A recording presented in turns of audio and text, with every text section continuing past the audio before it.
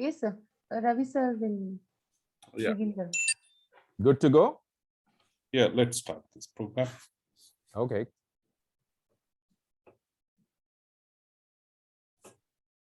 Good evening, ladies and gentlemen. A warm welcome to the launch of the Pune chapter of the Forum of Critical Utility Services.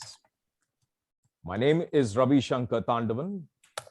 I'm a proud founding member of the Forum of Critical Utility Services and chairman for policy, I am advocacy, and supposed to be one of membership. the finalists in this. We're delighted to launch the Focus Pune chapter on this auspicious day of Dashera. Today is the day when we celebrate the conquering of the evil of ignorance with the light of knowledge. This day rings with one of the aims of Focus, and that is training, learning, and skill development. Let me quickly introduce Focus and take you through the event.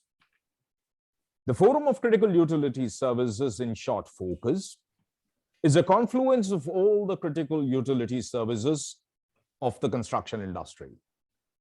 This forum is one of its kind in the world that is bringing together all sectors of the construction industry onto a unified platform. This is for all the utility service verticals of the construction industry to have a coordinated approach to the challenges that must be met head on. One of the most important of which is training, learning, and skill development. So all aspects of the activity are carried out following the best practices. Focus came into being on the 26th of October 2020, coinciding with the same auspicious period of the year on Ayudha Puja Day, after which it very quickly established chapters in Bengaluru, Mumbai, Chennai, and Kerala, with leading industry personalities as heads of these chapters. The formation of the Delhi and Ahmedabad chapters of Focus are on the anvil. At Focus, we have one of the tallest leaders as our president, Mr. V. Suresh. As you all know, is former CMD HUDCO, Chairman, Indian Green Building Council, Gaurav Award recipient, and popularly known as the Doyen of the construction industry. The founding members of Focus are eminent personalities from various industries who came together to launch this forum on 26th of October 2020.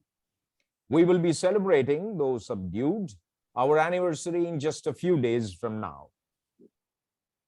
I take this opportunity to extend to all of you this advance invitation to participate in the anniversary event of Focus. Details of the same will be sent over to you soon. We are honored to have architect Purva Keskar as the chairperson and engineer Salil Karkan is a leading MEP consultant as vice chairman of the Pune chapter of Focus. We're thankful to the management and members of Focus from across the country who are participating in this program this evening. How can we not thank our keynote speaker, Sri Madhav Sriram Joshi, Principal Madhav Joshi and Associates, Architects and Urban Planners, Pune, and our special guest, Sri Jayaprakash Praveen Chandra Shroff, owner Shroff Group, promoter and developer operating from Pune and Nasik. I have an arduous task of introducing this evening persons of such eminence who actually need no introduction. I nevertheless promise to do my best. It is a part of our culture and tradition to light a lamp before the start of any event. This indicates the dispelling of darkness through the light of knowledge. So may we have the virtual lighting of the lamp, please. Shubham kurutvam kalyanam arogyam dhanasampada. Shubham kurutvam kalyanam arogyam dhanasampada. Shatru buddhi vinashaya deepajyotir namostute. Deepajyotir namostute.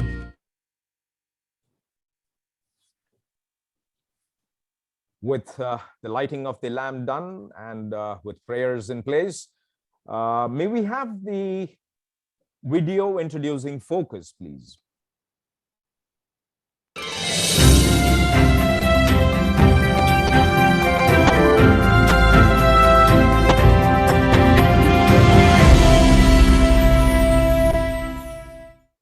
Good evening, ladies and gentlemen. We are delighted to present to you the Forum of Critical Utility Services, the acronym of which is FOCUS. Much as the acronym suggests, the role of the Forum of Critical Utility Services is to bring in focus all that concerns the construction industry. This is not just for India, but for a coordinated construction industry world over. For those of you who may not be aware, this initiative is to prepare and present a platform where all the verticals of the critical utility services of the construction industry forge into one formidable group that will strive in building unity, aid in diffusing misconceptions, and present itself as a platform for discussions amongst these bodies of professionals. This initiative was born on the 26th of October 2020, when the world was almost silent from the after effects of the pandemic. We say silent because the cry for help and riddance from the clutches of the pandemic were deafening. There simply was no place that was safe anywhere in the world. None of the formidable structures that man had erected was safe for protection from the pandemic. It was during these times that we decided on creating a platform so as to be able to present improved and concerted methodologies of developing projects that shall not just be sustainable or resilient, but also deliver safe environment and a valuable business opportunity to the promoters, not just for some time, but for long time to come. Times when another generation will inherit the good work that we do today. Our efforts begin with drawing the strength from the fields of architecture, electrical, plumbing, HVAC, safety, fire, security, illumination, vertical transportation, IBMS and IT, solid waste management, and last but not the least, facility management. Bring them together and forge them into one strong wheel of change to deliver structures that stand in harmony with Mother Nature on planet Earth. And this, ladies and gentlemen, is our mission. Only when we come together and share our ideas and aspirations will we find the stumbling blocks. It is here then that when we are together and focused towards one goal, we will jointly be able to understand and address our challenges as one formidable force. Not just a force in India, but for a global movement that will find solutions, opportunities, and the means to address productivity, safety, quality, developing skills, training, evolving standards, and ensuring their implementation, thereby becoming centers of excellence and setting benchmarks for generations to pursue and improve. And this is our vision. We have embarked upon reaching out to various verticals of the critical utility services. We will thereafter jointly present our cause to the government and policymakers. We will present our vision to the builders, and we are confident that we will break the shackles of inequality, indifference, ignorance, and mistrust, and build a world that is one with nature. Ladies and gentlemen, we are not here to conjure a forum, but we are here to establish a body that shall have trust, integrity, and honesty for its foundation, and stand on the pillars of knowledge, commitment, enthusiasm, and foresight of its people. Our invitation to you is open. Come and become a part of Focus. It is your contribution and support to Focus that will make a difference to the new India that is being created. Let's join and make this the Bharat that we wear. Shining, prosperous, bright, and a true world leader. Let's now focus.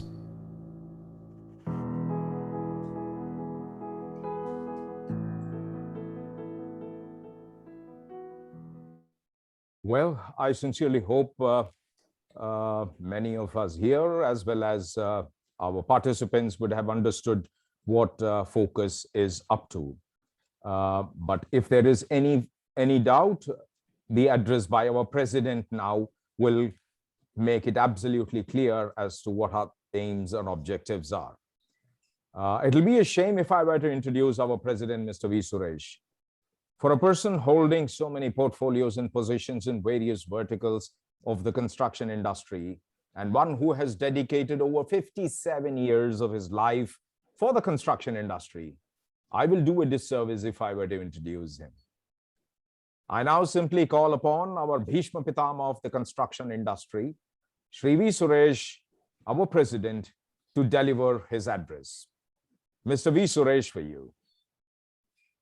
Thank you so much, Ravi, for that wonderful introduction which you have given, and for the excellent start for the program that we have just now had going on spot. And first of all, greetings to all the distinguished participants for the Vijayadashmi Day, which is the 10th day today, and after the 9th Navaratri Day, and celebrating the Victory Day for all, and such a great day. And it's exactly on a similar day like this, 1 year back, that our great organization was born in 2020. And I'm so happy that we're having the chapter of Pune being opened in continuation of the chapters at Bangalore, followed by Mumbai, followed by Chennai, followed by the Kerala chapter, which was done 2 weeks back. And now, of course, we are here today. And I'm sure very shortly we'll be having the Ahmedabad and Delhi chapter to also join there. From just about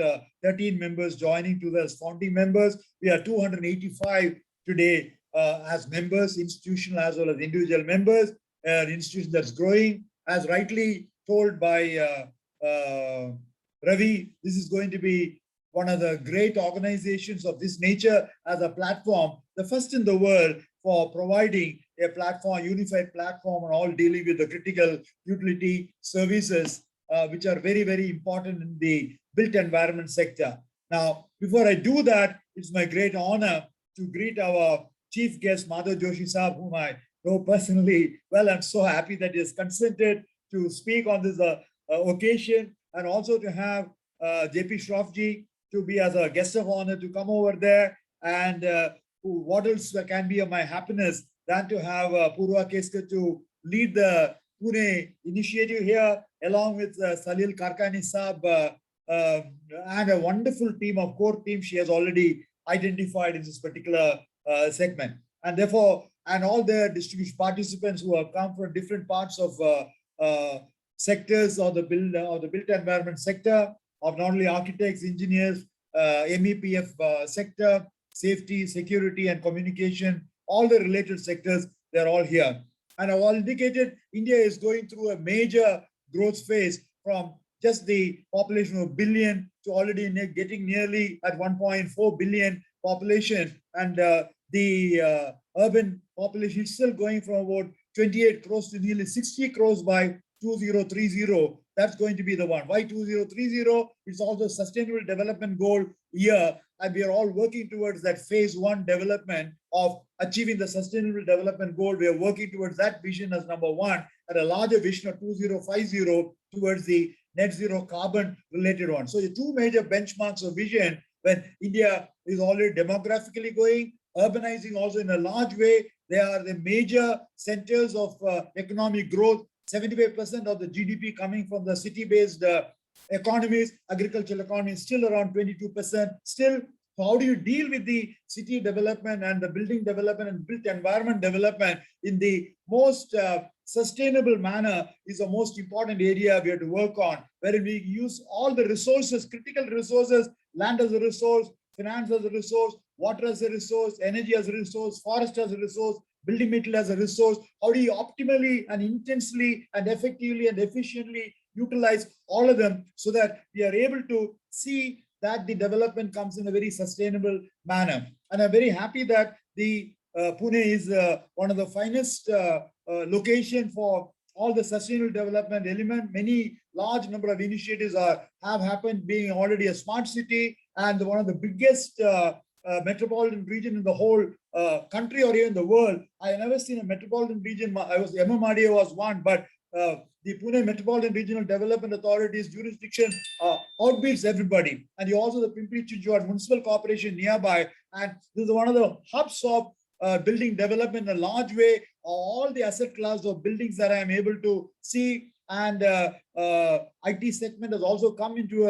in a very large way, and is also a place where education sector, medical sector, all these area things have gone, and the real estate development sector has done very well. And I'm very happy that JP and his team under his leadership of Credai and other related one have phenomenally done in the residential sector for all the asset class and the social class of people. And I'm very happy that they're all participating here. So it's very necessary when you have so much amount of building development activity coming over the next about 10 years time. But most of the development in the next 10, 15 years have not even, is much more than what India has done already. And you have to deal with that particular population requirement. And therefore, every aspect that we do in the design and construction has got to be rightly done with least amount of wastage to be done and the maximum amount of water saving, energy saving, as well as the waste management efficiency, and also reduce the carbon footprint. And who else can contribute that other than all the wonderful professional group of the architects and the civil engineers, mechanical, electrical, plumbing, firefighting, the services of the security services group and communication, and also the ICT sector, all put together are the one going to contribute to this particular sector in a very large way. And I'm sure when Purva is going to lead, she as well has been one of the architects of the wonderful new Calcutta smart city scheme going green in a large way, with all the full vision she has got of not only 30 feet or 300 feet or 3,000 feet above view on the whole developmental arena, and also to have Salil to be the number 2 to support on this particular initiative. And in particular, I'm happy that JP was also leading the IGBC chapter in this particular section. And is also incidentally good news is that he's also agreed to be the chairman for the most important sector, which was also mentioned by Ravi, or the skill development one. The focus skill development sector, our chairman-elect is JP Shroff, and therefore to have him to speak on this time on that, and the wonderful initiative he has done under Kushal in a very large. The whole country is writing about that particular thing on the skill development initiative, and we require that in a large way, not only in the building construction sector, but also in the services sector. And already very importantly, whether the HVAC or electrical installation or the plumbing or the lift installation or all the firefighting installation, all of them require phenomenal amount of the skill development people. And I'm happy that JP is there today to talk. I'm sure he'll touch a little on that equally. I'm very happy person today. And most importantly, to hear from Madhav Joshi for his keynote address that he'll give as a chief guest. And I'm sure Pune will be able to really mark its activity in a very large way for sustainable development. We'll launch some of the best possible MEPF professionals, some of the best possible architects and engineers, all based in Pune and neighboring area. And therefore, we have got a pool of some of the best possible resources in this region. And I'm sure focus activities is going to grow from scale to scale in a very large way. And I'm sure young team with Purva and Salil and the other core committee members together will take up large amount of activities in this region. And I'm sure there'll be a wonderful symbiotic relationship between the IGBC activity as well as the focus activity. And I'm very happy that all have joined together. I shouldn't speak much because I've been given a time which I find that's going to be another 30 seconds more. It's going to end. So let me close with my best wishes to each one of you to have a fantastic start. Our membership, as I said, has gone to 285, which I'm sure will be about 500 by end of this year. By December, come December, we'll be 500 in number, with the other chapters also opening, and also our anniversary around the corner. And let's work towards these two large visions of 2030 for the Sustainable Development Goal and the 2050 vision of net carbon. You already have the net zero energy, net zero water, net zero waste, and net zero carbon ratings available, and all that you put in place. It is this combination of the architects, engineers, and the MEPFC professionals put together that can make it happen, along with the builders, developers, and more importantly, all the regulators and local body people. And you got one of the finest one in Pune Municipal Corporation and Pimpri-Chinchwad Development Corporation, as well as the PMRDA, Pune Metropolitan Regional Development Authority people. Let's utilize that. It's equally important. And more importantly, to get as much amount of participation from the consumers and people in a large way, keeping the citizens in the center. And how do you find focus can make a big difference on that? So let me once again take this opportunity to wish Purva and Salil all my very best wishes. And once again, a special greeting to Madhav Joshi Saab and JP Shroff Saab. Thank you so much. Thank you, President Suresh. You almost delivered a blueprint for the construction industry, and probably focus in particular. What you also indirectly indicated is the importance of all the verticals to come together and work closely, and I think focus is just about doing that. And with such eminent personalities, not just in Pune, across the country, in focus, involved with focus, I'm sure their great contribution will immensely help in not just the growth of focus, but also the way Ravi, sorry, I made one small gaffe. I should have placed on record the wonderful mentorship role that has been done by Sandeep Shikre Saab, who is a regional director for the whole of West region of Maharashtra, Gujarat, and all that, and himself be taking lead for the Mumbai chapters start. And he has been one of our pioneering person in our Apex management group there. So Sandeep ji, I should have done that. I'm sorry, I missed it in the round number one. I'm making it up. Wonderful. Thank you so much for the great initiative for getting the Pune chapter started on that. Thank you. Thank you once again for interrupting and making that point, President Suresh. But I guess everybody in focus knows the kind of work Mr. Sandeep Shikre, architect Sandeep Shikre, is doing. So we just assume that since everybody knows the kind of work that he's putting in, you decided to give it a miss. But nevertheless, thank you once again for interrupting and making that very, very valuable point there. Thank you very much. And I would now like to introduce architect Sandeep Shikre. As I told you, none of these people require any introduction, but it's an honor for me to introduce architect Sandeep Shikre. He's the president and CEO of SSA Architects, and he's USGBC lead accredited professional. He has a deep commitment towards sustainable development and is the founding member of IGBC and also chairman of IGBC Mumbai chapter. He's a patron of CTBUH, the Council for Tall Building in Urban Habitat, and is on advisory committees of several forums. He spearheads SSA Architects with a team of 250 young, dedicated, committed professionals. The integration of architecture, interior design, and construction management consultancy services under one roof is what makes SSA stand tall and apart, making them unique. With a diverse portfolio, SSA has, to its credit, numerous national and international awards and one of the leading architectural full-service firms in the country. His firm specializes in urban renewal and high-rise projects that are designed with highly advanced technology that are functionally efficient. SSA is specialized in providing highly innovative design solutions that are environmentally sustainable, and he is the proud recipient of several IGBC Gold and Platinum rated projects, totally at measuring 2.5 million square feet, while 4.5 million square feet of green footprint is on the annual. May I now request architect Sandeep Shikre to deliver his address. Architect Sandeep Shikre for you. Good afternoon, all the viewers, and greetings of Vijayadashmi. I'm so delighted today that we are launching a Pune chapter on this auspicious day. It is said that anything that you begin on this day, the guaranteed is a success. So it's worth that we waited for a little more time, and today is a day where we are launching a Pune chapter. I'm extremely grateful to my friend Madhav. I just gave him a call and he didn't take any time to say yes to us to be a keynote speaker today. Also, our fellow colleague, a senior fellow colleague from Pune City, Mr. JP Shroff.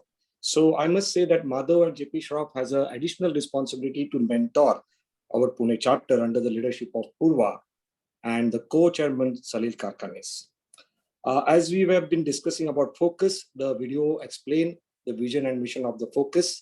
Then it was further very well elaborated by our chairperson, V. Suresh Saab. Focus from an architect lens is, we feel that it's a cohesive excellence. All of us will agree that architecture is responsible to create a built environment. It's a combination of art and engineering, but the cohesive excellence is more important. Just to keep it simple, as you see it in any sport, there are several stalwarts from the diverse talent and diverse abilities. But when they come together as a team, they provide something which is an excellence. So critical utility is something which is very important. We have several organizations who are looking after a niche specialty. We have a ECBC who looks after the energy conservation. We have a IPA who looks after the plumbing. We have a IGBC Griha who looks after the sustainability. We have a FSAI who looks after the fire safety and security.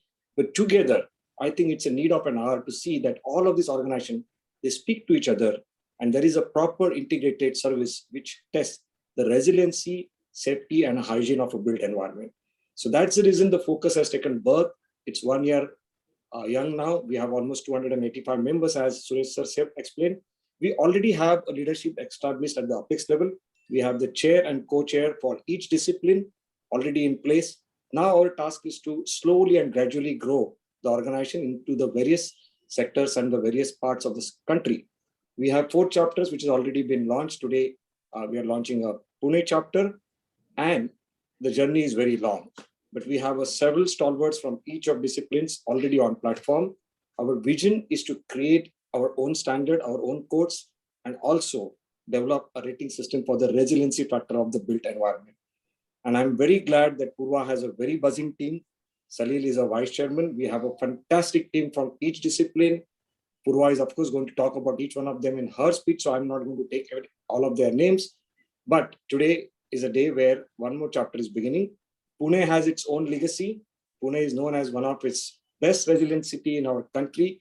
Pune has fantastic talent, multi-talented, culturally rich, and it's a brilliant city. I personally have a lot of my emotional connect with Pune city coming from Mumbai. Pune and Mumbai has a very strong relations. So I'm very glad today for this launch which is happening. And now I would request Purva to take it ahead. Before that, let me give a very brief introduction about Purva. As Ravi said, all of these stalwarts do not really need an introduction, but for the benefit of viewers, Purva is a multi-talented architect. I mean, she is architect, she's an environmentalist, she's a teacher, she's a principal at the Brick School of Architecture now. She's also on advisory board of several organizations. She is PhD. She has also done lead accredited professional association with her, and her firm, VKE Environmental, is responsible for providing a consultancy services for green sustainability, environmental planning, and also for creating a very well thoughtful built environment.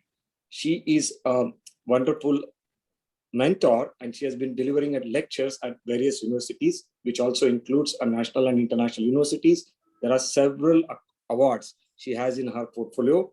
I mean, endless amount of accolades she has with her, and I'm very glad that she has taken up this task. And she also didn't take much time when I gave her a call and explained her that this is an initiative that we want you to be a leader. She immediately said yes. So I'm very glad. Over to you, Purva. You may kindly go ahead and introduce your core committee members. Yes, such a pleasure to be introduced by architect Sandeep Shikre in such a flowery words, I would say. But Shubha Dasera to all of you. And the day of Dashera generally marks the 10th day and the final day of Navratri, which is celebrated widely and in a rich and a grand manner, and also known as Vijaya Dashmi or Dasera, which is actually triumph of good over evil. And it is considered as one of the Shubha Muhurtas, like Sandeep Shikre already said, that some things, some initiatives that we start today are sure to get success. Traditionally, it is supposed to be a day when one leapfrogs difficulties and starts a new journey of triumph. Generally, as architects, architects can design the most beautiful and complex buildings. But as you start becoming mature, you realize that without building services and critical utility services being a part of your design board thinking, the building is not going to function properly. And that is where you have to manage the aesthetical grammar and the services in a right at the design phase. And that is what got me interested in this entire forum, because I felt that focus is a place where all the knowledge that comes in from all the critical utility services melt to evolve into a very functional, resilient, safe, and delightful design. As modern built environment comprises of buildings that are complex systems which are designed and constructed by experts from disciplines covering various aspects like design, construction, maintenance, operation. While as each element has a very important role to play, services contribute largest towards even the operational expenditures and the capital cost as well. So we really need to start thinking about how these services are going to cost us less in the days when the building is going to be operated for around 50 years after it gets designed. I find that this platform would facilitate integrated thinking and application that would render the buildings resilient. And I think building resiliency and neighborhood resiliency is going to be the kind of issue which we all would have to tackle. I feel that this forum or focus is so relevant for Pune because of the new unified building bylaws being introduced by the government of Maharashtra. In the last 6 months, Pune is really experiencing a different kind of design process. Pune is going to explode with additional floor space indexes, what we all have realized. And the metro also has introduced metro influence zone, which is offering additional FSI to developers.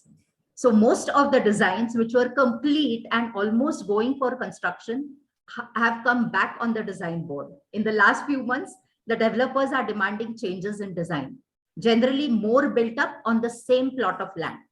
This means that buildings are now going to get more complex. They are going to get more floors. Probably they are going to be high rise. And as buildings become high rise, the dependence on services is going to be considerably important. Role of critical utility services is going to be crucial. And I think that we need to huddle up on the design board and come out with holistic designs. COVID-19 has also changed our attitude towards indoor environment quality. Without due thought to integrated approach to indoor environment quality and contribution from services experts, a good, nice, breathable air is not going to be possible in the indoors. Finally, when we look at the sustainable development goals, we realize that we can't function in a silo manner. Any sustainable development goal you take and you realize that you have to work in a collaborative fashion for you to achieve that goal. It cannot be a single-minded thinking. It has to be a holistic thinking. I'm sure we all agree that none of us is as smart as all of us. And it is going to be a pleasure to be guided by V. Suresh, our president of Focus, Mr. Ashish Rakheja and C. Velan, the vice presidents, Mr. Narsingha at the national level. And of course, architect Sandeep Shikre, who is really going to mentor us is what I've realized. And I'm really happy that he's there for us at all points of time. He's always an inspiration. His energy has always been an inspiration. Like I always say, V. Suresh sir gets his energy, I don't know from where, but if we get that small bit of energy from him, I'm sure Focus is going to be really the vibrant chapter in Pune. I'm sure that Mr. JP Shroff and architect Madhav are also going to be our mentors for our committee. Finally, I know that I'm the chair of Focus, but I see it as a group, like I already said. that we have to think of the entire activity as a group activity. And I take the pleasure to introduce my team, which is actually every member is really excited to be a part of this kind of a group and contribute to the activities of focus. So here I'm going to share my screen. Just give me a minute, please.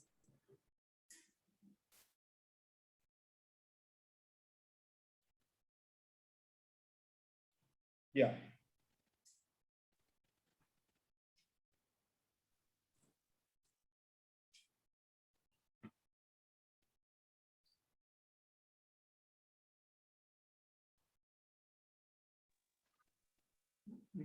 Can make full screen. Yes. So hope you're able to see my screen. Yes, yes, very good. Yeah. So Salil Karkhanis, who's going to be our co-chair and fellow person who's going to get all of us together. He's a director at Unicorn MEP. He did his civil engineering from Khusrowadia Institute of Technology, his mechanical engineering from AMIE. He's also got a MSc Plumbing and Sanitation from Heriot-Watt University, UK. He's a continuous learner, which I really like about him because things are changing, new technologies are coming in. And he's right now pursuing the PG diploma in environmental law. So he's trying to get all the aspects of building together when he's designing. He has earned a PhD in environmental sciences from Savitribai Phule Pune University. He's a lead auditor, fire and life safety, certified fire engineer, NFPA USA, and of course, co-founder International Center for Engineering Excellence and the co-founder for the People's Voters Foundation. The next, so welcome, Salil. I should not say welcome, I would say let's join hands, So my next team member is Virendra Borade. And we have already started feeling his energy on the WhatsApp group that we have created. He's the first person to respond to any message and the first person to really take it up as an initiative. So he is an enthusiastic professional with almost 20 years of experience. And when I started looking into his detailed, bio, I realized that he has worked on so many projects and he has got a experience of really a great kind of diversity. He has executed projects like Hilton, Marriott, Holiday Inn, Jaipur Agra Tunnel, Phoenix Mall. He has also worked with Mindspace IT Park, Bharati Vidyapeeth. So any kind of project, and you'll realize that Virendra Borade has worked for the HVAC, fire safety, home and building automation, ICT infrastructure, data analytics.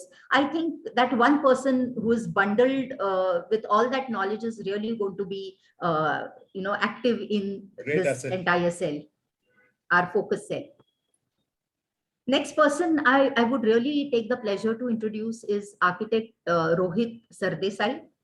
He has a very different combination. He did his architecture, but further pursued his project management. And that is where, when he came into the field, he is a combination of that aesthetics and the engineering services is what I feel.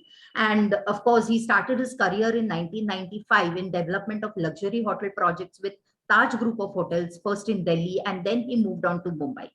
Further to that, he also right now is working in the real estate segment with, first he started working with Raheja Universal in Mumbai, managing premium residential projects and setting up a comprehensive ERP system to control projects, and now works with Pune-based real estate developer Kumar Properties. He is the vice president at Kumar Properties, and his current role, he's responsible for complete engineering and construction process, construction projects across Pune, Bangalore, and Mumbai-based real estate projects. So he has a complete expertise at planning, executing, and spearheading complex building construction. Apart from that, his professional career, he is also an active academician. Right now, we are trying to formulate a syllabus at Pune University, and he has contributed majorly to formation of that syllabus, which is about design and project management. He is also a member of Board of Studies at Pune University, and I'm sure that his contribution to focus is going to be unparalleled. Next team member is engineer Rucha Vatve, a very young engineer I have known her since her college days, and I've seen how she has really, become who she is today by a lot of hard work. So Rucha Vatve is one of the country's most promising structural engineers with impressive track record. With a master degree from the Purdue University, she has achieved a lot in a very small time. Today, she is almost leading a team of 135 skilled engineers at her organization. Her exposure to the emerging trends in the field of structural engineering have seen her pass on her knowledge to the team and be a part of some iconic projects executed by JW Consultants. She's also a member of Indian Institute of Structural Engineers, and I'm sure that your young, bubbling energy is going to, take focus to the next level. So welcome, Rucha. Let's join hands. We have Indranil Barve, who is an engineer, civil engineer.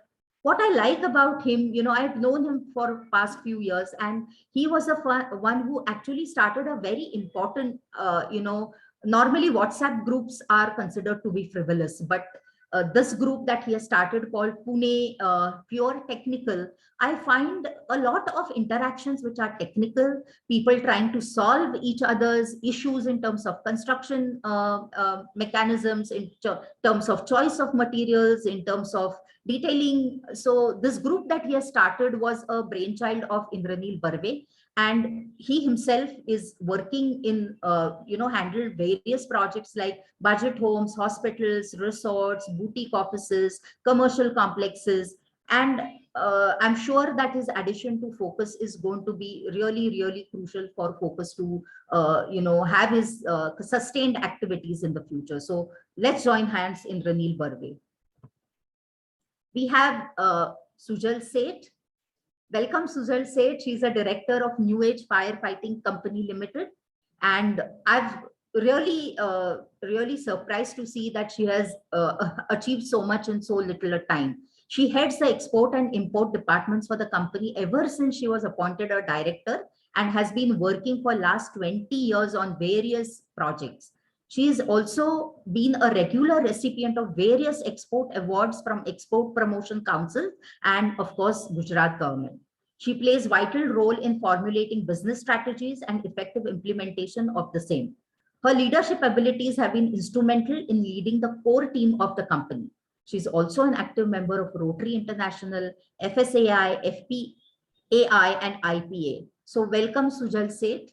I'm sure that she has a very different, portfolio that she's working in, and her contribution to Focus is going to be very different and unique.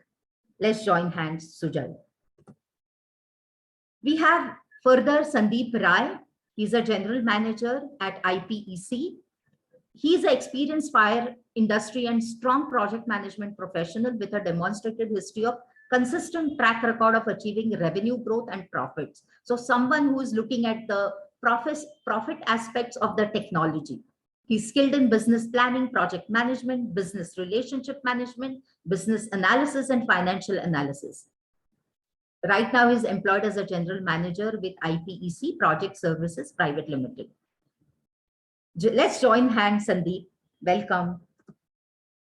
Further, we have in Focus Group, Vijay Chandole.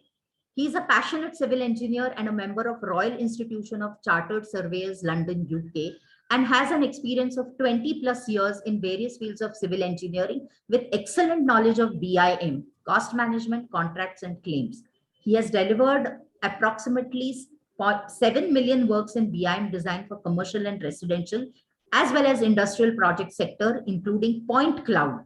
So he has a very different, skill set, and I'm sure it is going to help us design some kind of skill building activities with the guidance of JP. We will be able to have this kind of an cell later. So Vijay has founded Urvisa Tech Solutions Private Limited, which provides holistic solutions and helps in optimizing the cost, time, and efforts to all project sectors by providing expertise services of BIM, cost management, designs, audits, and trainings. Let's join hands, Vijay Chandole. We have Manali Deshmukh. She is again a construction manager. Her approach as a professional focuses on combining architectural detailing and technology to render services in design and project management. She's also academician, and with her sensitivity towards societal concern, she has been able to develop a cell called BRIC Research and Development Integrated Cell. And she's mentoring students to work on societal projects. I'm sure that with Manali's inclusion, the viewpoint of taking up societal projects is going to be really valuable for us, because we want to make a difference to the society by way of focus. So let's join hand, Manali. Welcome aboard the team. So with this, I think we are done with the introductions, and such a excellent team. I'm sure that all of us are going to contribute in our own ways and join hands to really make Pune Focus Chapter one of the most vibrant chapters in Maharashtra. Thank you. Thank you so much. Thank you very much. On behalf of the management of Focus, Ms. Purva Keskar and Mr. Salil Karkhanes, do accept our congratulations on assuming the vital roles of chair and vice chair of Focus. Thank you also for introducing a fantastic team representing the co-committee. Our very best wishes to Focus Pune. Architect Sandeep Shikre, may I request you to introduce our keynote speaker this evening.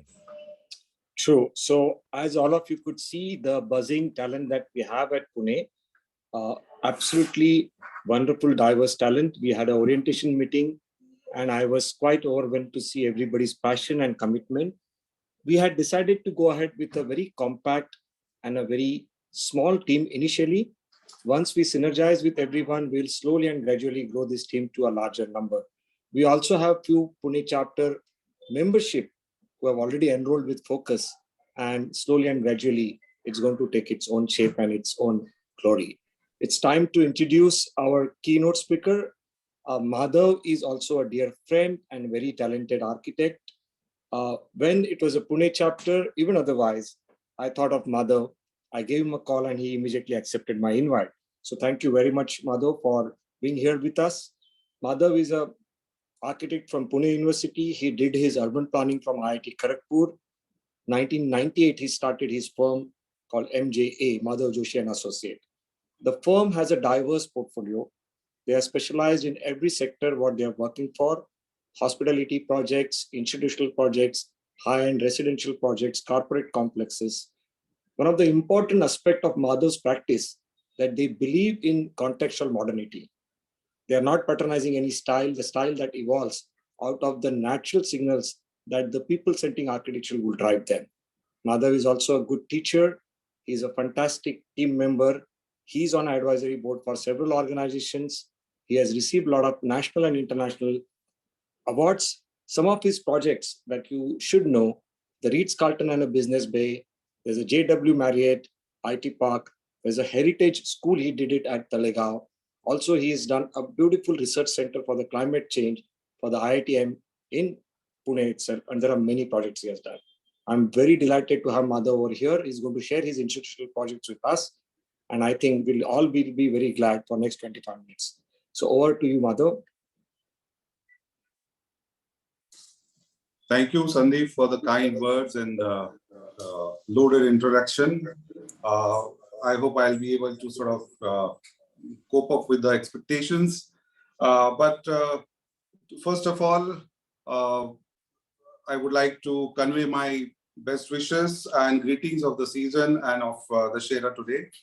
And I appreciate your effort and Purva's effort to sort of rope me in to this noble and very worthy attempt to synergize all the verticals in the building industry to make the whole objective of Focus more successful. My regards go to President B. Suresh, then to you, Sandeep, particularly Mr. J.P. Shroff, Pune Chairperson Purva Keskar, and all other office bearers of the National Focus team and Pune chapter, which is just now been announced. And more my regards also reach out to my professional colleagues and students who are in the audience today. Today, I chose a simple case study to share with all of you. Instead of talking more on generalities and sort of, at a larger scale, I chose to talk about one institutional campus that Sandeep just mentioned. It's an Indian Institute of Tropical Meteorology, which comes under Ministry of Earth Sciences. And they are doing some wonderful pioneering research in climate change, atmospheric studies, and they are sort of at the resource end of various programs operated by India's meteorological department as well as ISRO. So this is a 50-acre campus that we talked about. I mean, we are going to talk about. Meanwhile, I'll just share my presentation so that I can talk about the project in particular.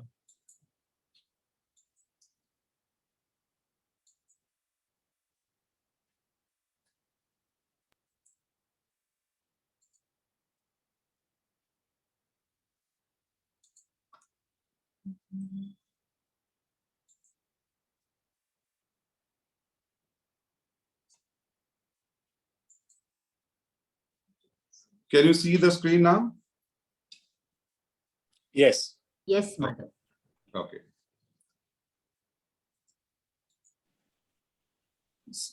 So this case study of at the Indian Institute of Tropical Meteorology, actually it's a 50-acre institutional campus which was set up long ago.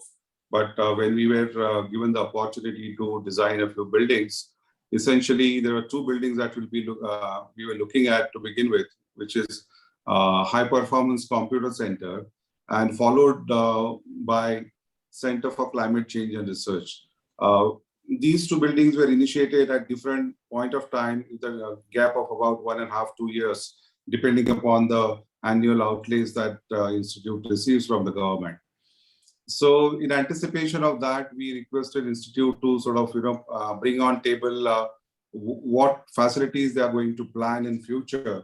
And as a result of that conversation, we realized that they want to have these two buildings which have interdependent functional roles, as well as in terms of its academic and educational and research purpose, and also computing some data collected from various centers all over the world. So this is just to orient you about the campus and its surrounds. The yellow part is their residential campus within the IITM site, and the pink area is the institutional. And there is a large area which comes under a no construction zone because of ARD, the Armament Research Development facility on the left-hand side, which do not allow construction of certain building within certain radius actually. So there was a very limited land to sort of put these new facilities. So what all the gray things are what they were existing, and we proposed a kind of a precinct, institutional precinct within the existing campus, and which comprises of HPCC and CCCR together. And we designed that as one small mini campus within a campus. And then on the right-hand side, we had also proposed housing for the scientists for the who were to be sort of inducted for the new facilities. And one of the units have been already constructed in that sector as well. Just to orient you about the accessibility from the city road and within the campus, this is a major route normally used for accessing HPCC and CCCR. My focus will be on these two buildings. I won't be talking much about the other activities or the buildings on the campus. But as you can see, they are all interlinked, being part of the campus. So in the front, you have so just to talk about certain infrastructural facilities like there's a main transformer, this is a receiving center from the Chatusringi sort of substation, and where the power comes in into the campus. Likewise for the residential area, and then of course there's a entire setup for substations and DGR on one side, which we had planned, which would support all the buildings which are to be planned. Another aspect, just to give you more orientation about the surrounding, is that NCL housing on the top side, and then the ARD on the left-hand side. Then it's surrounded, the site is surrounded by some hills on the east and the south side, which obviously sort of gave rise to some local streams, and which are very predominantly active during monsoon and post-monsoon season, and which actually is also another threat to be sort of tackled with, as we realized when we did initial reconnaissance survey of the site. There are a lot of areas where the water ingress was happening from all these open lands into the site from east and south side. And we had to mitigate that threat of flooding, which was a very perpetual phenomena every monsoon. And it's kind of a flash flooding because it's a sheet of water used to flow uninterrupted into the campus from various points. And we had to tackle that before even we start planning the facilities that we were interested to design. And as a very robust measure, we sort of had to channelize and divert the water flow into the streams which were like already trained and constructed, so that the flooding would stop, and we were successful in achieving that. So now coming to the present that I was mentioning, the building design of the HPCC and CCCR is synthesized from 4 considerations. Now we'll be talking about, essentially we'll be talking more about how various critical services have been integrated in making this building design, and yet the typical architectural concerns about its aesthetics as well as performance have been taken care of. So the 4 points that we had put forth were like this: expressing that functional duality as 2 separate yet unified blocks, because each of these buildings, although constructed with a difference of 1 or 2 years, the programmatic requirements were almost similar in a manner that each one of them were to have a supercomputer and also office area for scientists and research scholars to work in. So it's a combination of a computer center and office areas for the institute. Likewise, even in CCCR, the same thing, but of a different scale and different requirement. This was the most important aspect: integrating critical utility services from master planning to building design level, ensuring effective serviceability. This is a very important aspect of any integration of various services into a building, because the technologies change, and then and particularly so for in case of data center or the computing hardware, as I'll mention ahead, that some of the facilities, some of the computer systems which were installed in the beginning at the inception have already been rehauled and replaced by a completely new set of hardware and much larger computing capabilities without damaging the building envelope, and utilizing all the spaces were already provided. Third important aspect was converging the formal vocabulary with that of passive climate control. Now, being a Apex Institute, which is doing some fundamental and pioneering research in climate change, we had pitched in saying that you as the institute, focused on climate change and various climate-related research, you have to demonstrate to the other institute and architectural fraternity at large that solar passive architecture and energy saving are the way forward, and you should allow us to sort of design buildings from that approach. And they readily accepted that, and that's how we were appointed to design these facilities.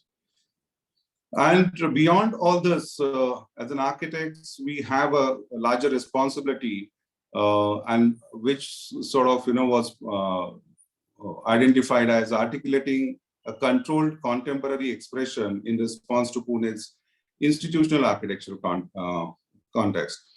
This means is that, whatever we finally would do, should stand as a reference for architectural expression of an institutional building, worthy of some inspiration to next generation.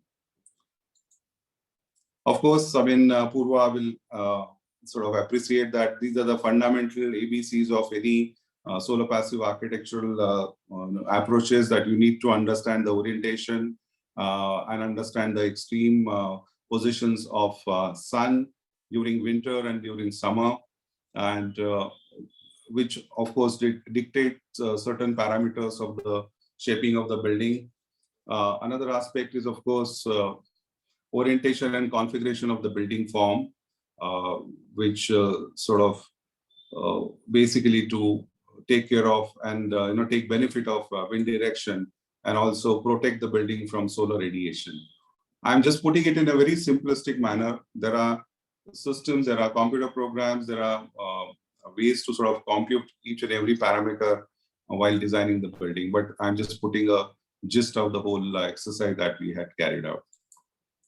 Then, of course, there are less cost-intensive measures, such as plantation of trees and introducing good maximizing ground cover and minimizing the hard surfaces, essentially to avoid the heat island effect in the on the campus.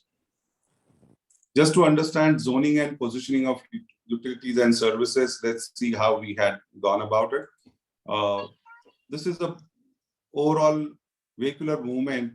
Now, it's quite peculiarly, we realize that, in a situation like this, where you are building within a institute or campus, this precinct would have two buildings, but not necessarily they'll have a front and the back in a typical sense. So these are the buildings which do not have a sort of glorified front elevation or, sort of a less attended rear elevation.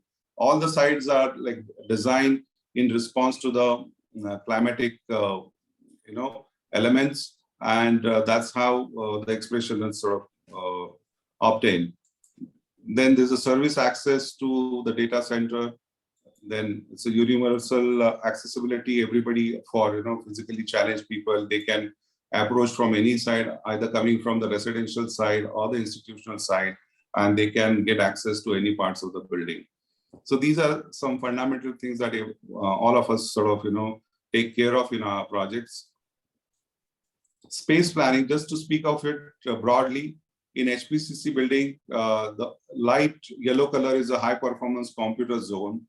On the right-hand side is the office spaces, and the green space is arrival and transition space. Likewise, in CCCR building, also you have left-hand side, you have office spaces, and right-hand side, high performance computer zone. I'll be taking through you through some of the floor plans just to sort of communicate how the space planning is done. So on the ground floor, on the HPCC building, you have scientists. Then there's a pool of research scholars using the space in the middle, which is in the atrium space, and the scientists on the either side. And at the left-hand side, we have a seminar hall, which is also used as a virtual classroom connecting with different universities. And then there is a IT backup teams which are looking after the computers which are positioned at upper level. Likewise, in the CCCR, you have another supercomputer on the right-hand side, scientists and cabins, and there's a large atrium. We'll talk about the purpose of atrium as we go ahead. On the first floor of HPCC, there is a high performance computer which is called Pratyush. Earlier it was called Prithvi, which was 75 teraflop. Now it's recently upgraded to a 4 petaflop computing facility. And it's a huge shift from its computing capability, but the same space has been sort of rehauled, taking in consideration the space which was provided, and it is sort of retrofitted with various equipment which was required. But essentially, they didn't have to break any architectural envelopes, but everything could be fitted into what the space was provided for.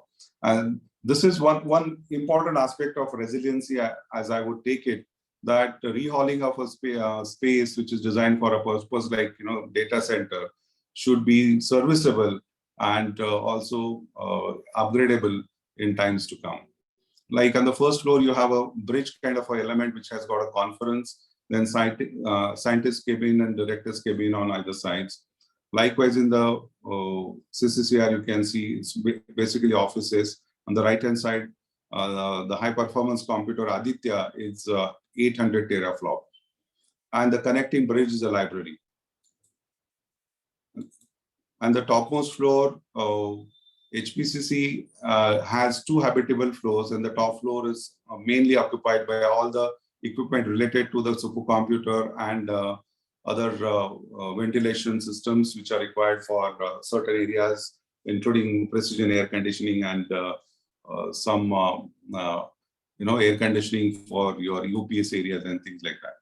So essentially, the top area is covered by M&E, and the third floor in the CCCR building has offices continued, and also on the top there is a space for laboratory and a seminar hall. So having understood the overall configuration of the space, this is the way you would approach HPCC from the existing campus. So we have sort of taken care of the existing trees and diverted our approach accordingly. And you enter into a sort of a central space, which is like a large veranda, giving access to sections on either sides. And as you approach, these are circulation areas, lobbies and passages. Then these are for vertical circulation, lifts and staircases, and lateral connections at different levels.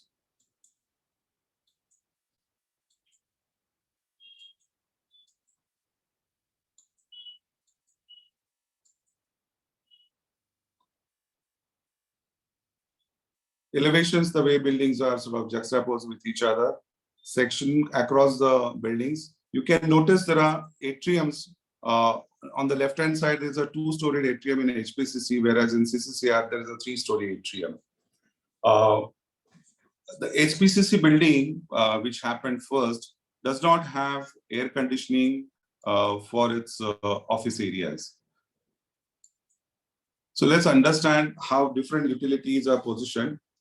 We have just used color codes for the convenience of differentiation of various spaces.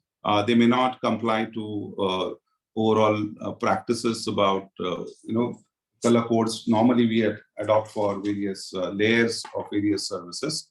So there are PHE shafts and wet, which are associated with wet cores and pantry areas, which is indicated by bright blue colors.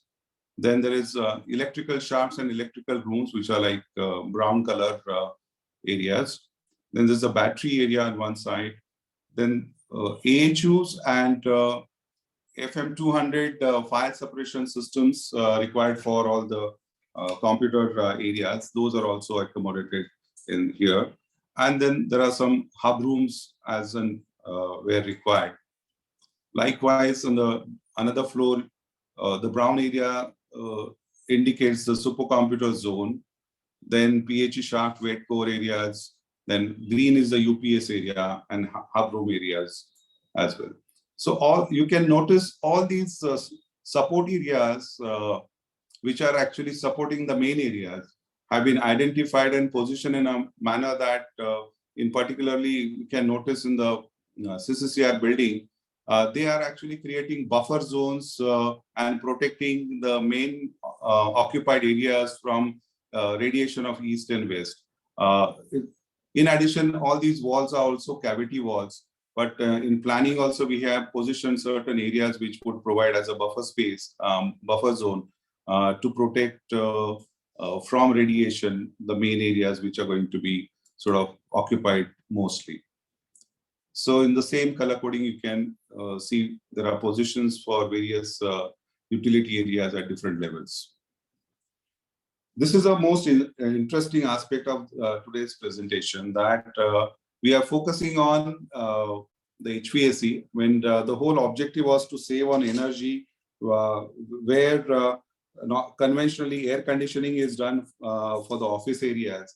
But here we have very meticulously identified areas which do not require air conditioning, which require a conventional air conditioning, which requires precision air conditioning, and areas which can be sort of catered with natural cooling system.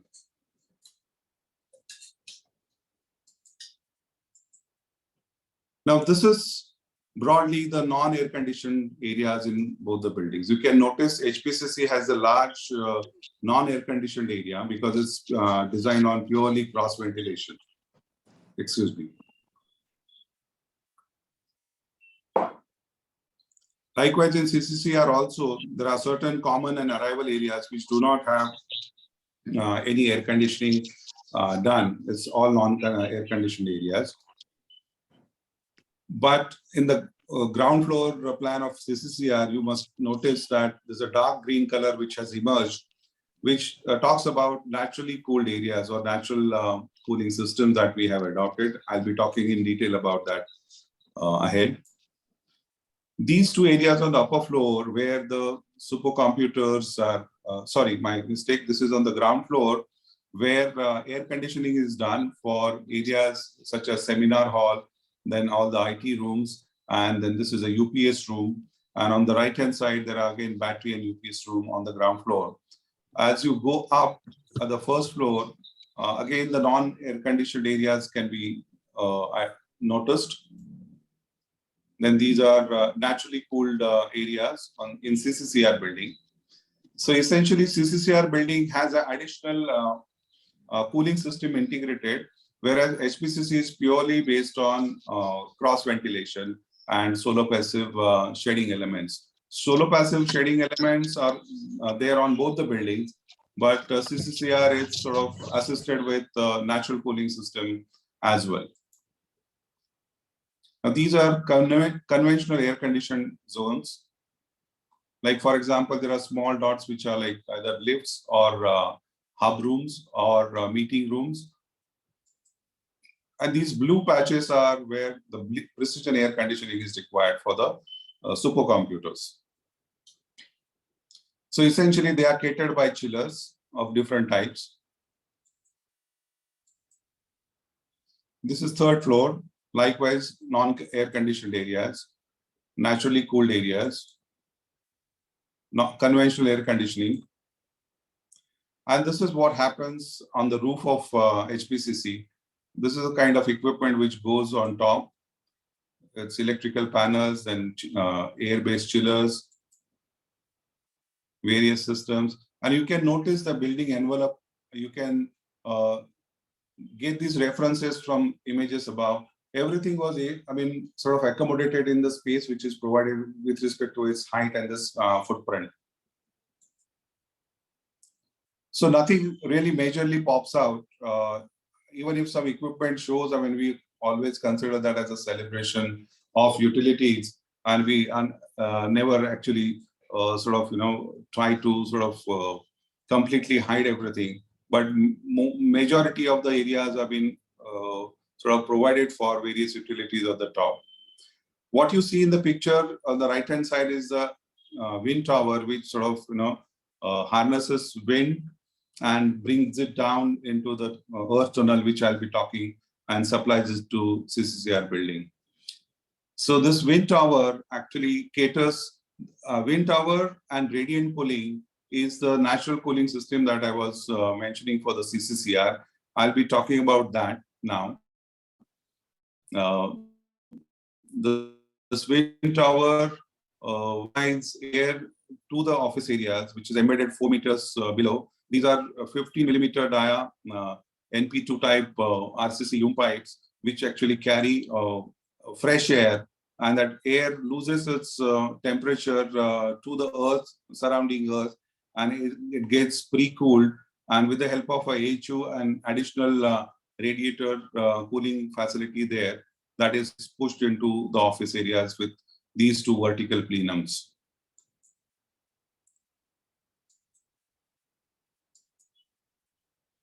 And through the vertical plenums, it is pushed horizontally into various work areas.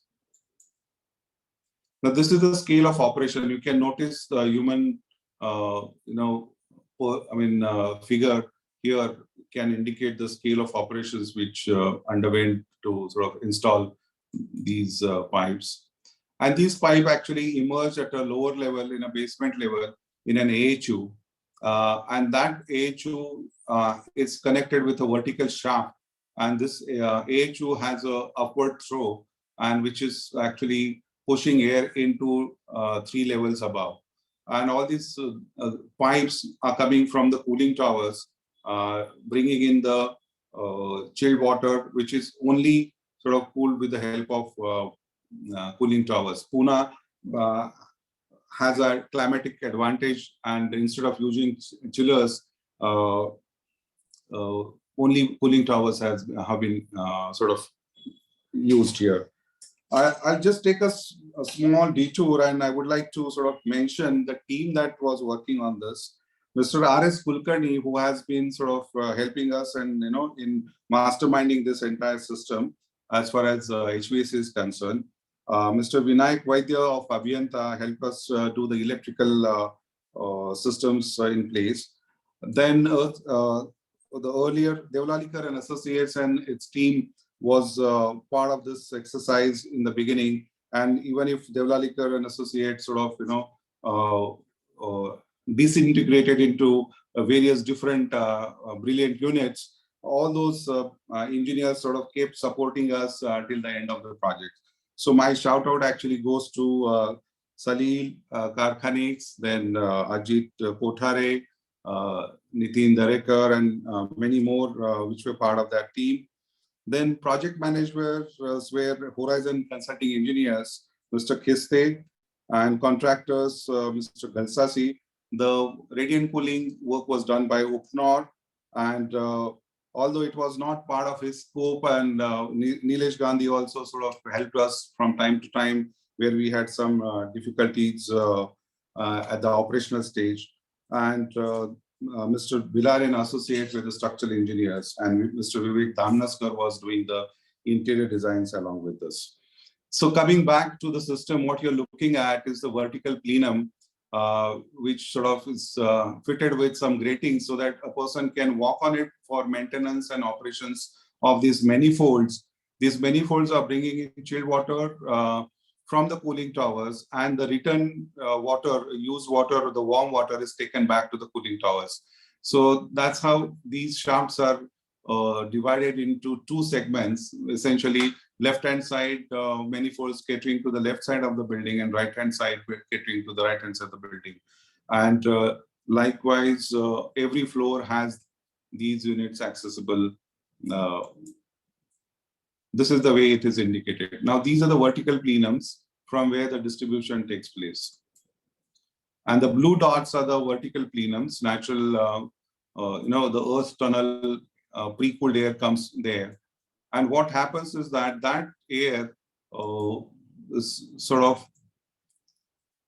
taken through these pipes into this vertical blue markup plenums, and the purple ducts are the horizontal ducts which actually deliver the air to respective work areas.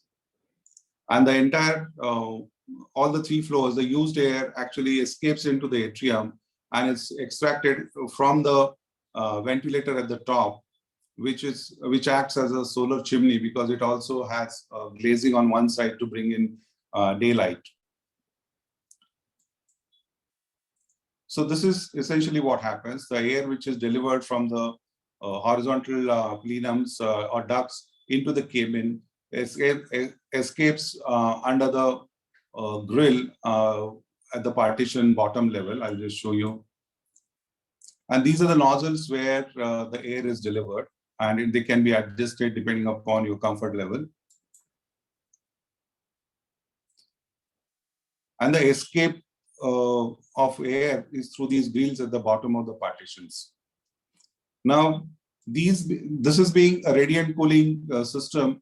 There is no false ceiling in the cabin. Only the corridors are fitted with this false ceiling in order to create the duct. And that duct is actually carrying that pre-cooled air, which is pushed through the AHUs into various zones at every level. And on the left-hand side, you can see the atrium and the skylight and the vent at the top level. Then at the node where the vertical plenum is, there are electrical panels and other utilities which are essential at every floor, positioned strategically so that it can be accessed easily. For the radiant cooling aspect, the radiant piping, which is sort of embedded in form of different loops. Now, each loop indicates, takes care of one cabin. So in the eventuality of any breach, that particular loop can be sort of shut off and maintenance work can be carried out. But the radiant cooling is done right from the plains level to the rooftop level. Of course, the rooftop has above the deck insulation in order to sort of protect from the heat. And also for the plains level, the radiant cooling is done and insulation is done so that the cool air or the sort of the coldness is not lost to the ground. So in all these 4 levels, the radiant cooling is done. See, essentially, many of you must be aware of radiant cooling. In colder countries, the same system is used for heating of the buildings. But in our country, in the hot region, we can use it effectively as a cooling technique. Essentially, what happens is the ambient temperature is absorbed by RCC structure and it starts radiating the heat. And for that, we mitigate that phenomena either by using fans or air conditioning equipment in sort of split ACs or whatever, or centralized air conditioning. But essentially, this fact that the concrete actually acts as a storage of energy that property can be reversed with embedding chilled water pipes within the concrete cross section, and the entire concrete mass is used to cool the building. This system is sort of operated early in the morning or through the night so that the ambient temperature is less and there's a less energy to run the whole system. But once the building is sort of structure is cool, it can sort of you can shut down the system, and through the inertia of the coldness, you can sort of pull through remaining day as well. So the experience is that you easily save 1/3 of the energy. Then you are not actually a captive user of air conditioning like in other cases. So in monsoon, you can sort of shut down the system, just open the windows and let the fans help you out. But or similarly in winter, you can shut down the system and you just use cross ventilation as means of bringing in fresh air. Sorry, I just forgot to mention the cooling towers are for the natural cooling systems, whereas chiller was used for the precision air conditioning. But so this is something that we cannot avoid when it comes to catering to the requirements of data center or the computer centers. PACs are a must. But the focus of today's discussion is on the natural cooling system that I was mentioning about. So this is supported by cooling tower for radiant cooling, which is positioned away from the building, and the pipes are taken into the building. Likewise, the air pipes are taken from the left-hand side.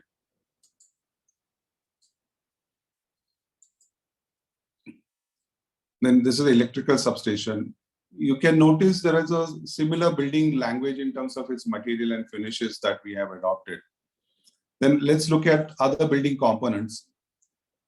So this is the area which is used, the pink area, but then it is sort of wrapped around by various elements which has functional attributes like east and west side cavity walls placed at gable ends to to protect from solar radiation. Then you have large size openings to maximize natural daylight to facilitate cross ventilation when required.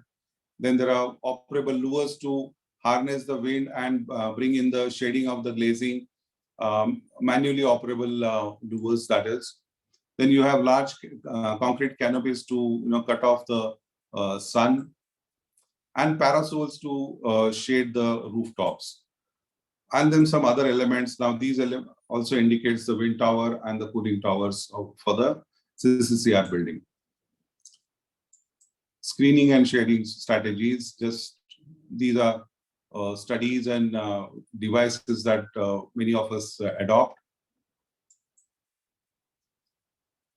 And these are operable louvers which sort of help you to orient to suit everybody's requirement of the light and wind.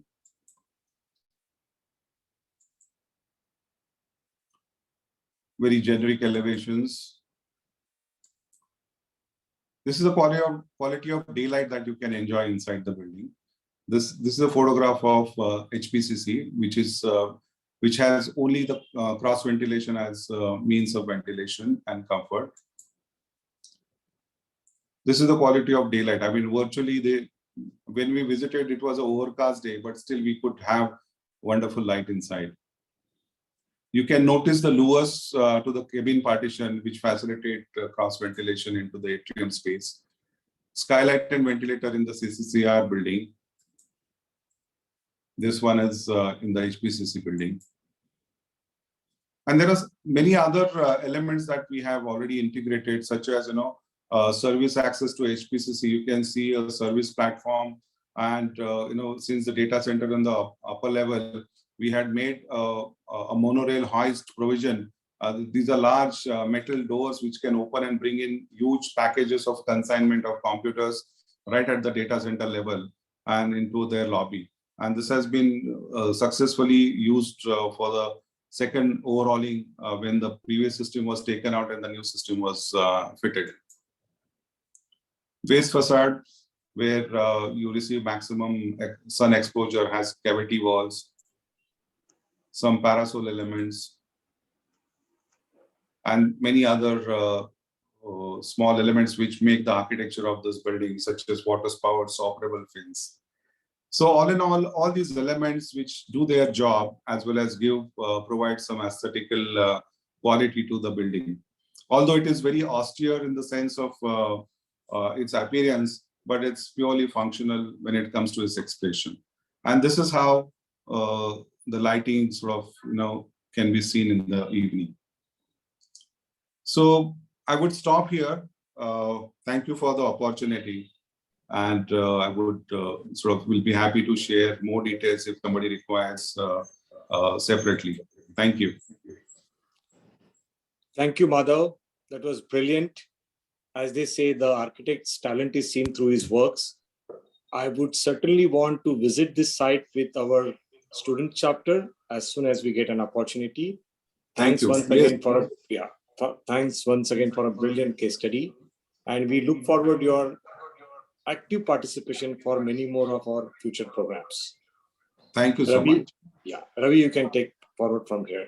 Thank you, Architect Madhav Joshi. Thank you for that lovely presentation. I now have the honor of introducing our special guest, who, much like other dignitaries, needs no introduction. Shri Jayaprakash Praveen Chandra Shroff. Mr. Shroff is a civil engineer who passed out in first class with distinction and gold medal from the College of Engineering, Pune. He went on to complete MBA and then LLB from ILS College. His dedication and focus to his line of work is amply demonstrated by these awards and recognition and the positions that he holds. Glory of Indian Award presented by the Institute of Economic Studies in 2009. National Award for E-Governance 14-15 for Project Kushal.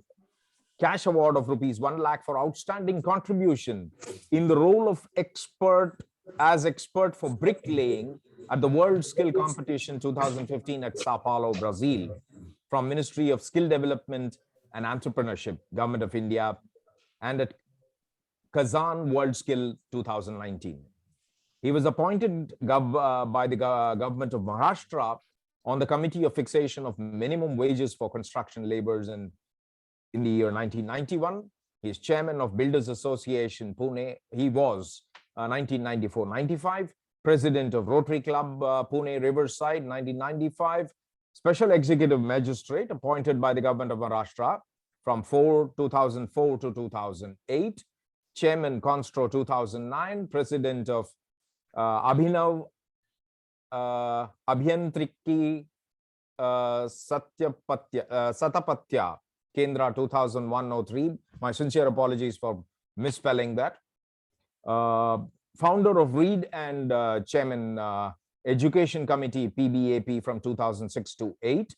Paul Harris Fellow of Rotary International. He's currently chairman IGBC Pune, chairman Kushal Kradai Pune, managing committee member Kradai Pune, director on board of Paint and Coating Sector Skill Council of India, director on board of construction sector, and several such positions that Mr. J.P. Shroff holds. May I request Mr. J.P. Shroff to kindly deliver his address. Thank you, Ravi, and namaskar to all. After having heard Madhav Joshi ji, who in fact is a complete persona of focus, he represents all the aspects that Purva and the team Focus would want to do. It was a spellbounding presentation, and I too, like Sandeep said, would like to join him to see the buildings that he has built and see the thought behind whatever he has managed to achieve in those two buildings. I must really thank Mr. V. Suresh, the Pitama, as is known as. Way back in 1993-94, when I was the chairman of Constro 2009, and also the president of Abhinav Yantriki Stapatya Kendra, which is more a Sanskrit word than a Marathi word. I was requested to make a presentation to V. Suresh Saab at Hudko to set up a training institute at Wagholi. When I went to Delhi at the Habitat Center, here I see a man full of energy, virtually running. And I see the remaining Hudko staff unable to cope up with the speed at which Mr. Suresh would walk, talk, and also take decisions. And when I made a presentation to him in the early 90s for setting up a training center under the building rural center at Wagholi, he immediately, I must show the ability to recognize possible people who would want to do something different. He immediately gave us a grant of 25 lakh rupees, probably. I don't think he remembers that. And there we set up the first training institute. And that probably was my journey into skill development, where I now represent the country for most of the construction skills. And I'm really proud that I've been instrumental in training more than 1 lakh of construction workers, and also enabling our young bricklayers and tilers to win the World Skill Champions, which are like skill Olympics, which are held every 2 years. So that apart, what I really compliment about V. Suresh and the team is that they were able to identify leaders who could take the cause up that he has thought of, leaders that would eat, live, and think the way V. Suresh thinks, but of course not with the energy that he has. Yes, I've been very fortunate to be part of his team at the IGBC, and now I'm also very fortunate to be a part of this focus group. Then know him, the focus name itself, I was very happy. And when Purva spoke about let's join hands, it made so much sense. And just today, I also read a new word, Gati Shakti. Now, this was a word coined by our Prime Minister, and he spoke about it at the Independence Day speech, where he said he was Gati Shakti was a platform that he had created to synergize various ministries that would do. For example, if a road was to be done, the conduits for the telephones, the electricity, whether it was side margins, etc., had to work together. I mean, you couldn't have the road done and then start digging for cables, etc. So this was what really appealed to me. So here was Gati Shakti and here was focus. And I was so proud that, the entire thought process of synergizing all these and getting together all these activities so that each one does not work in silo, as Purva said, but works together to achieve the ultimate goal. And here, of course, Madhav Joshi did present to us a classic example. I think it's a wonderful example of how, using the natural resources, he was able to create an astute but a very functional business building, quote unquote, Madhav Joshi ji. So yes, let me go back to a couple of 100 years back when when the engineering colleges were set up. And if all of you would agree that the basic core engineering was civil engineering, and as things evolved and as things became complicated, more and more, we had the branches of mechanical, then came electrical, then came computers, then came electronics, and so on and so forth. That's been happening with the medical fraternity also. We had the general physicians, then we had the ear, nose, throat, we had the cancer specialist, we had whatever, we had the orthopedic surgeons, so all together. But the most important role, as I always said, was the physician who knew you, who understood your body, and who could connect the dots and make the body perform together as a holistic body and give you the best possible health. So this is what I think focus intends achieving, and great job done. I mean, it could not be enough, with Ravan and his 10 heads being there. It might not be the right comparison, but those 10 heads have been connected with the body. So the 10 parts of the various functions of construction industry is being connected by this body of focus. And I'm really, really happy that Pune Center has been launched. Purva has been a great visionary in selecting her Navratnas. I don't know whether they are 9, but whatever 7 or 6 years selected would do the job of the 9 Navratnas that were selected by the Emperor Akbar in his team. And Purva, I really, really compliment you to choose people who are young and not senior members like me. This is where the strength is. You have great young team, and they are going to be. And I'm quite sure, sir, I can tell you on behalf of Purva that Pune would spearhead and lead entirely the activities of Forex far ahead of most of the other chapters that I speak, because I know Purva. She's my partner in crime in the IGBC. She's one who does everything, and I get the kudos. So thank you, Purva, again. And of course, Purva and her way of achieving things and meticulousness is something that when Suresh ji told me that Purva would head it, I was so happy. And of course, Sandeep, in his own way, has been a very generous, very genuine person, calls me up and says, JP, you would have to take up this responsibility. And when it was skill, I, of course, I could not but be happy to take that responsibility. And I must share something that I just finished. Gentlemen, under the banner of Kredai and Kushal, we launched an online training program for more than 400 engineers, where we are training them on subjects like MEP, project management, RCC, green building, AutoCAD, plumbing, design engineering, costing, sales, and etc. So these were 12 sessions by 12 engineering experts, and we had 150 plus engineers in one batch. And trust me, Sandeep, I must tell you, after the 2 hours were over, there could still be 125 plus young engineers wanting to listen to people like Madhav Joshi and so many such great experts. So I think we also have started this little exercise of doing focus by training these engineers to get them to let them have a holistic picture, a young engineer. So we called it upskilling from site engineer from a civil engineer to a site engineer. So when you become a civil engineer, you really are not aware of all the facets of this beautiful industry of ours. But when you become a site engineer, you come to know there is something like green, there is something like MEP, there is something like fire, there is something like so many things, and he's groping because he's not read them, he's not understood them. So why not get experts like you, like Madhav Joshi to explain how these things can be done so beautifully and create such wonderful structures. And therefore, this exercise is what could be taken up with focus and Kushal and the Kredai. You see, Kredai is an active, very very big organization with about 5,000 plus engineers, and this activity of training them to be aware, at least I won't say the details of all, but they would at least have the tip of the icebergs on what is what is fire, what is refrigeration, or what is air conditioning. At least they should understand that these are the necessary things that need to be done or need to be taken care of before doing anything in the construction phases. So I, once again, I'm very, very happy to be a part of this inaugural session, and I'm very, very thankful to Sandeep, to the team of Focus, and to, of course, my Pitama. I am natmastak to him, Mr. V. Suresh, and Purva. Kudos to you. All the best. I'm always there.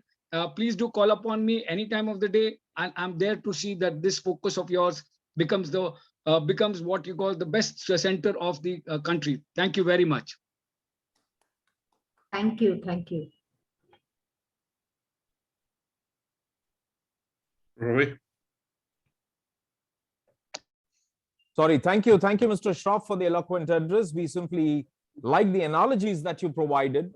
You were also very humble, but rest assured, we want your mentorship and guidance in the growth of the Pune chapter under the leadership of architect Purva, engineer Karkhanis, and the Navratna team that you so beautifully put. Thank you very much for that. And like you said, President Suresh does leave us puffing and panting for air with his speed and energy. You're absolutely right there. Thank you very much, Mr. Shroff, for giving your time. That was really very, very lovely address, and a very encouraging one at that for the Pune chapter and for Focus in particular. Thank you very much, sir. Now, I would like to invite Mr. Ashish Rakeja, our Vice President, our founding member. Mr. Ashish Rakeja is partner at Aeon Consultants and has a postgraduate degree in thermal engineering from IIT Delhi with over 28 years of work experience. He is leading integrated building design consultant with over 3,000 projects and over 10 net zero buildings to his credit. He is part of the IGBC and a member of ASHRAE USA. May I request Mr. Ashish Rakeja to deliver his address to the audience, please. Namaskar, everyone, and very, very kind of you. I've been mesmerized listening to the Madhav Joshi Saab, of course, the building that he presented, the daylighting, the kind of engineering systems that were put in, and especially the part where we spoke about the natural cooling, everything mixed into it. That's how the future of the buildings is going to be. I was with a body just few days back. Talk about there's so much of air conditioning going to come. How is the country going to cope up with it? My answer to them was, I said, if we look at the way we are going conventionally, country is not ready. In fact, why India? No, the world can be ready for such a thing. The only way the solution lies is we go beyond our conventional thinking. And Madhav Joshi sir, you showed the way. That's exactly how it should be done. Despite having thousands of tons of air conditioning, I think the energy consumption is the main thing. How we get it down, how we use nature to our advantage was a classic example. Now that's a great way to start the Focus Pune chapter. Just like Sandeep said earlier, Pune has got so many professionals out there. It's a rich city culturally, engineering wise, in all way. In fact, I've been visiting Pune quite a lot in the last few months. I was amazed to know that Pune has a population of now about 1 crore of people. That's nearly half of what Delhi has. And the way it is growing, I think is one of the fastest growing cities today, along with Hyderabad. So these are two cities which are leading our construction activity of the world, of India. I think the Focus chapter is very timely, led by Purva. Nobody can be a better able leader that we have from Purva, very well experienced, along with Salil, coming from the engineering background, and the rich experience which the committee has, the committee that they have put together. I think that's brilliant. We got a great start for Pune. Thank you, Sandeep, for doing that. Nobody else but you could have done such a great start for Pune. So wonderful, absolutely. I do want to talk about, I've got a lot of dear friends there in the team, Rohit, Virendra, and many of you, in fact, Sandeep and many of you out there. I'm sure the Focus Pune chapter is in safe hands. I've always said that Focus is a body which goes beyond our conventional jurisdiction that we all work in. Let's say, I like to call myself a mechanical engineer and sort of get confined in that. So is the architecture world, so is the interior world, and so are many other professionals. If you look at the buildings, it goes much beyond. Buildings is all about a body of professionals that come together to create and Focus is the only platform in India and probably in the world where we cut across our individual boundaries and we get together to service the building industry. The critical utilities are gaining a lot of importance. Wherever we have gone and opened the chapter, the reception has been very warm. And I'm happy that Pune is also going in the same direction. So wish you all the best, Pune chapter. The leadership team from Suresh Saab, along with that Ravi, Dom, Mr. Younger, all of us are available to you at any point of time that you need our help. We'll be happy to talk about it and help you and guide you the way you're looking at it. Focus is all set to grow. You will hear about many more chapters opening in the remaining part of the year. Wait and watch. I think it's a society which is taking India by storm, and we'll continue to do so. Thank you very much and wish you all the best, everyone. Thank you, Ashish ji. Thank you very much. Thanks for once again putting a little bit in perspective of what Focus is. Thank you very much. Thanks for the encouragement. We look forward to visiting Delhi for the Delhi launch. Like you rightly said, we probably need to have one physical meeting. So we should probably begin that with the Delhi chapter launch. Thank you once again there, Ashish ji. Dr. C. Velan, also our Vice President, unfortunately is not available, and so is our Treasurer, Mr. Iyengar. Both have had to excuse themselves because of some personal emergencies. No, I'm there. Oh, really? Okay. Yeah. You sent me a message saying you're not going to be there. Okay. No. Mr. Iyengar, our treasurer, please address the gathering, sir. Yeah, good evening to all of you, my fellow Focus members. माझे मित्र, बंधू, भगिनींनो आणि सहकार मित्रांनो, मी थोडेफार मराठी बोलतोय आणि it's nice to hear Pune chapter starting with Keskar and Salil being the chair and co-chair, and the wonderful team of Virender and my other friends. Yes, it was a very nice projection given by him just now and on the green building, which was an excellent projection. Focus is the only society in my last 40 years of career which focuses on all the aspects, on all the 21 verticals. And I am sure that Pune chapter will be vibrant in such a way that all these 21 verticals will be represented shortly. And we'll have a lot of webinars, lot of events and activities conducted by Pune chapter, and build the Focus society in such a way that it becomes the premier society among all societies in Pune as well as in India. I wish the Apurva and Salil all the best, and my support is always there for Pune. A lot of my friends like R.S. Kulkarni as well as Dinesh Shah and Paranjpe, all of them, I have talked with them personally, and they're all going to become members of Focus shortly. Thank you, all of you. Thank you, Mr. Satish Iyengar. Mr. Iyengar is a founding member, treasurer of Focus. He can speak Marathi because he started his career after his graduation in engineering in 77, 78 in Mumbai, and thereafter worked in several organizations in key strategic positions.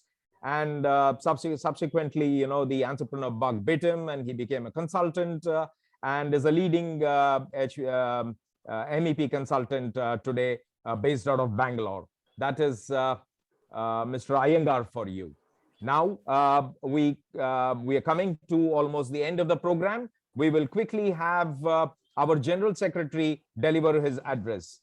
Mr. A.L. Narasimhan is Vice President, Strategic Business Alliances from Hikvision India Private Limited. In his current role, he's developing the strategic business alliances for the company with the government organizations and the industry bodies. He has been in several industries and has worked in private as well as worked very closely with the government. Mr. Narasimhan, for you. Good evening, everybody. My hearty congratulations to each one of you on the launch of Pune chapter today.